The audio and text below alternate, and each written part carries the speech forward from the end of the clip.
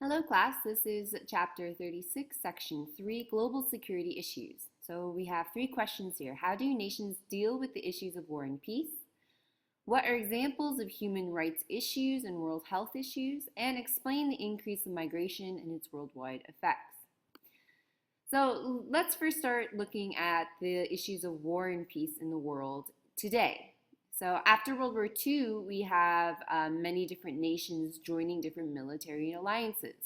This is something we discussed during the Cold War. NATO is an example of an alliance that many people have joined. We also have world leaders are coming together in the UN or the United Nations to talk together to avoid war whenever possible. Now, many of you should be familiar with the UN. We have a model UN at our school, and this is exactly what they're mimicking. They're mimicking coming together, discussing current events and ethnic, religious, any sort of race issues in the world, and they're trying to figure out a way to keep peace instead of countries declaring war. One current example of what the UN is discussing is what's happening in the Ukraine, Russia annexing part of the Ukraine. The UN also is trying to mediate between nations. So nations who don't get along, maybe for ethnic or religious reasons, the UN sort of tries to step in and make sure to maintain peace. So by 2002, the UN has 40,000 peacekeepers around the world. So that means that there are people in every country over the world who work for the UN, who part of their job is to ensure that peace is being kept in that country. The UN also has an army. They have soldiers that they keep on as another way to sort of make sure they're keeping peace around the world. The last thing, and we've discussed this before, is this idea of weapons of mass destruction, or WMD. These are basically deadly weapons, and it all started with the idea of atomic bomb that in World War II. And basically, humans have become very good at developing weapons that could destroy the entire world. As a way to make sure that your country has sort of political standing or powerful standing, many countries in the world own at least some weapons of mass destruction. There is a proliferation that is signed. That means that there is a spreading of nuclear weapons. So since the 1970s, now remember we're still in the Cold War during this time, most of the world realizes that they do not want weapons of mass destruction to actually be used. It's more of a threatening tactic against each other. So many nations actually get together and sign a sort of arms limitation treaties, and it's talking about deactivating a lot of their own nuclear weapons. There's also in the strategic arms limitation treaties, it's also stating that countries should not be using any biological or chemical weapons. Now, if you remember what happened in Vietnam, we had Agent Orange and Agent Blue. These were deadly chemical weapons. After what happened in Vietnam, many countries decided that chemical weapons were no longer allowed to be used. So basically, weapons of mass destruction, there's many measures being taken to try and not use weapons of mass destruction.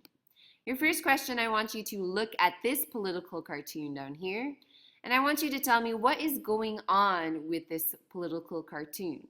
This is talking about the Anti-Proliferation Brigade. So we have the UN, Europe, US.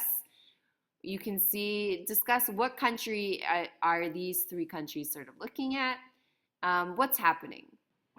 One example of this idea of weapons of mass destruction kind of going badly is with Iraq.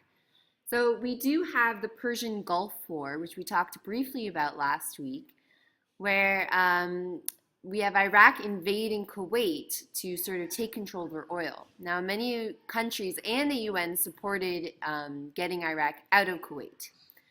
Well, again in 2002, we have the US suspects that Saddam Hussein, which is this man right here, that he actually was building Iraq's weapons of mass destruction, planning on sort of doing the same thing that he'd done with Kuwait.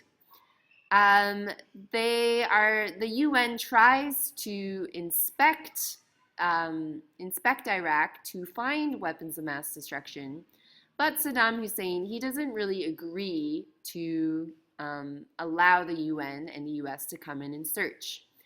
And so what ends up happening is we have a war that is starting in 2003. So in 2003, we have the first American troops are declaring war on Iraq. Now, it's to be clear that the UN did not support this war, but many different countries in the world did, such as Britain.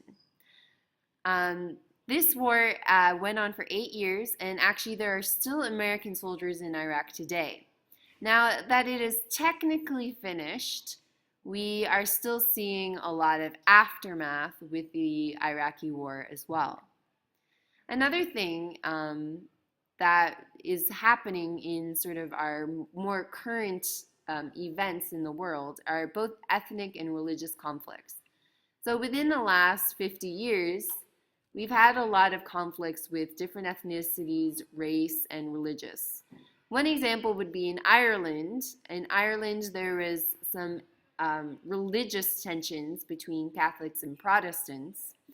Other examples would be Kurdish. So here is an example of the Kurds. Now, Kurds they're specific people that spanned over Turkey, Iran, Iraq, and as you can see, it's this sort of dark green area here. Now, many Kurds want their own country, but instead they're sort of dealt with in each country very badly in many ways. They are often told not to speak their own language. They're forced to sort of go to school in whatever country they are and not be able to identify as Kurds.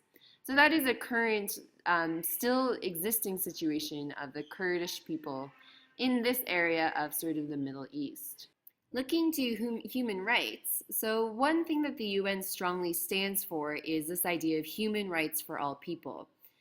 And in 1948, they actually issue a Declaration of Human Rights. And what this states is that every person has a right to be born, to be free, to have equality.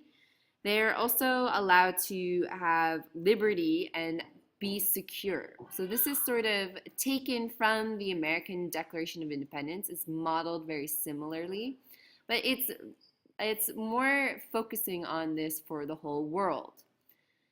UN and other organizations, they work to improve human rights worldwide. So this is this sort of rise of what we call is an NGO. NGOs are nonprofit organizations. Some good examples of NGOs would be UNICEF, that is a worldwide NGO.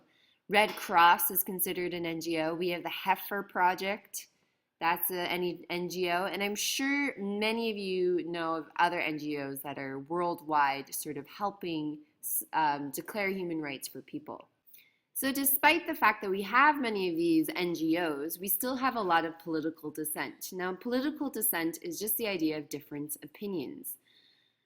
We have many countries in this world. All of them have different sort of political bodies. Some are communist, some are socialist, some are capitalist, some are full democracy. And that basically is a recipe that not everyone's going to get along. This is a part of life. But what the UN tries to do is it tries to stop things like genocide, which one example is in Rwanda. Rwanda is in Africa, and we had a mass genocide. About 50,000, that's 500,000 Tutsis were killed by the Hutus. So this is sort of a tribal conflict over ethnicity. We've also had other sort of conflicts in places like Kosovo. Kosovo, it was a part of former Yugoslavia. There's also many people were kicked out of their homes, kicked off their land, resulting in a lot of death as well. As far as women goes, women have gained the same rights to hold in political office and for better education in some parts of the world, but in many parts of the world, women are still treated as below men. This is what we call as gender inequality. So looking at the status between differences between men and women. This remains in many countries today. One example would be India. We are seeing a lot of protesting currently of women in India wanting to have their personal sexual rights and respect by the men in their country. This is just one example. But in many developed countries, such as Canada and the US, many countries in Europe, we do see that women have the same political rights as men. But we're still seeing a lot of differences in social inequality for women in many countries, and it's still in developing countries as well. These social inequalities are related to sexual reproductive rights, such as a right for a woman to have an abortion. This also means it's also a social issue of discussing ideas of rape and how many women are still being raped in both developed and developing countries in this world. Another thing that we can look at worldwide is this idea of health issues. So while the standard of health has increased in the recent years, there are still dangers that remain, and many of these are linked to viruses. The severe acute respiratory syndrome, this is what we called was SARS. This was in 2003. Now, SARS originated from what they believed was China and came to North America, especially Canada. And I actually remember living through the SARS epidemic. I was in high school, and it severely affected the tourism in my town because so many Americans were worried that everyone in Canada was infected with SARS. No offense, this was a little bit blown out of proportion. Yes, there were some people who had died from this disease, but it is no more deadly than the flu. Another sort of health issue is the AIDS epidemic. Now, the AIDS epidemic came out in the 1980s. And what the AIDS epidemic does is it attacks your immune system and weakens your body's defenses. Today, we have millions of people living with AIDS. It's probably about 25 to 30 million today. And we still have about 4.3 million people still being infected. Now, this epidemic was originally discovered in America and Europe, but its origins are in Africa. And it affects mostly Africa still today. So in sub-Saharan Africa, it has by far the worst AIDS cases and deaths. And part of that is because Africa does not have sort of the strong economies that a lot of the developed countries have. Since 2002, we do have the UN stepping in and making a commitment to try and stop the spread of AIDS in many of these poorer countries. As far as living with AIDS today, as long as you have the proper medicine, it is actually very hard to spread. So as long as you are being treated for AIDS, it actually isn't as deadly as it used to be in the 1980s. The last sort of thing we're going to look at is this idea of refugees. So we have discussed the population movement with that current video I showed you. And there are many sort of push-pull factors when we're talking about refugees.